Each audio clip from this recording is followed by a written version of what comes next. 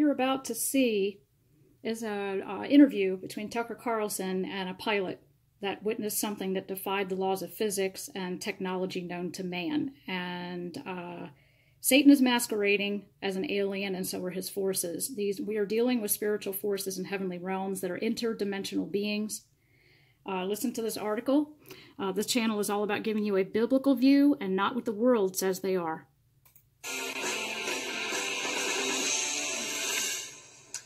UFOs have been the stuff of conspiracy theorists for decades, often mocked for talking about it, but maybe they shouldn't be mocked. Commander David Fravor spent 18 years as a naval aviator, a pilot.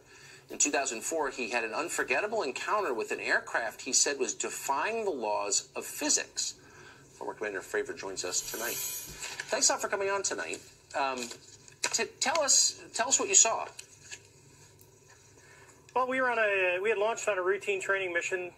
When we joined up, we were told that the event was going to be canceled and that we had world tasking, and we were sent out to the west. Now, take in mind that this has taken place about 100 miles southwest of San Diego, between San Diego and Ensenada, Mexico. Yep. On a clear, perfect day, blue waters. We get out to the spot where they tell us it's at.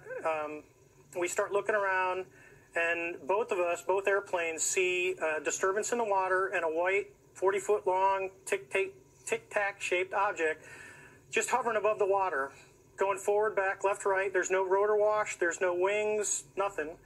So as we drive around in a clockwise flow, we get to about the 9 o'clock position, and I said, well, I'm going to go down and check it out, and the other jet is going to stay high.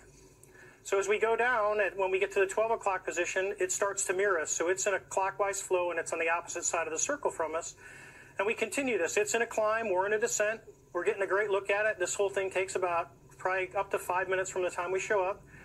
I get over to the 8 o'clock position. It's at about the 2 o'clock position, and I decide I'm going to go and see what it is, and it's about 2,000 feet below me. And I cut across the circle, and as I get within about a half mile of it, it rapidly accelerates to the south in about 2 seconds and disappears. What would you estimate the speed? Oh, well above supersonic. It like a bullet out of a gun, it took off. So from what you know about aerodynamics, mechanics, physics, should this be possible, what you saw? Not with the technology that we have today. Not at all. Even now, even 13 years later, is there anything that you know of capable of this kind of behavior? No, there's nothing I know of. I mean, when we saw the video with the IR, it has no exhaust, no discernible things of anything form of propulsion. And this thing came from a dead hover over the water, just kind of moving around, to a climb up to about 12,000 feet to rapidly accelerating away in a climb. And in less than 2 seconds, it was gone. And you figure you're talking 50 miles of visibility, and you can easily see an object that size easily out to 10 miles, and it just disappeared in seconds. What would be the effects on a human pilot of the G-forces involved in that altitude change? Well, the altitude wouldn't be bad. It would be the acceleration of the object. That's right. Honestly, I wanted to fly it. Yeah, but, I bet. Talking to some physicists, they don't think the human body could handle that kind of force with that acceleration. It doesn't sound like the human body could. So bottom line, what do you think this was? I believe, as do the other folks that were on the flight when we visually saw it, that it was something not from this world.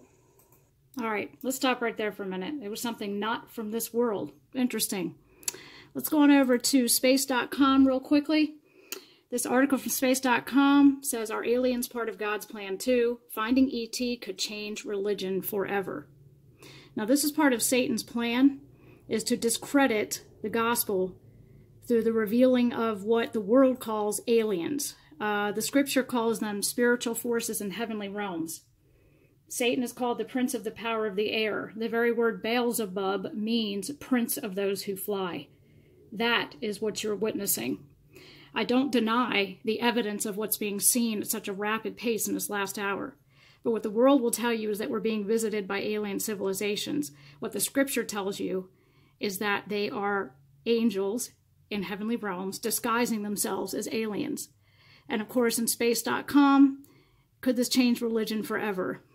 Father Jonathan Morris was one time interviewed on Fox News as saying that if aliens were discovered, we'd have to reevaluate the creation in Genesis and reevaluate the gospel message.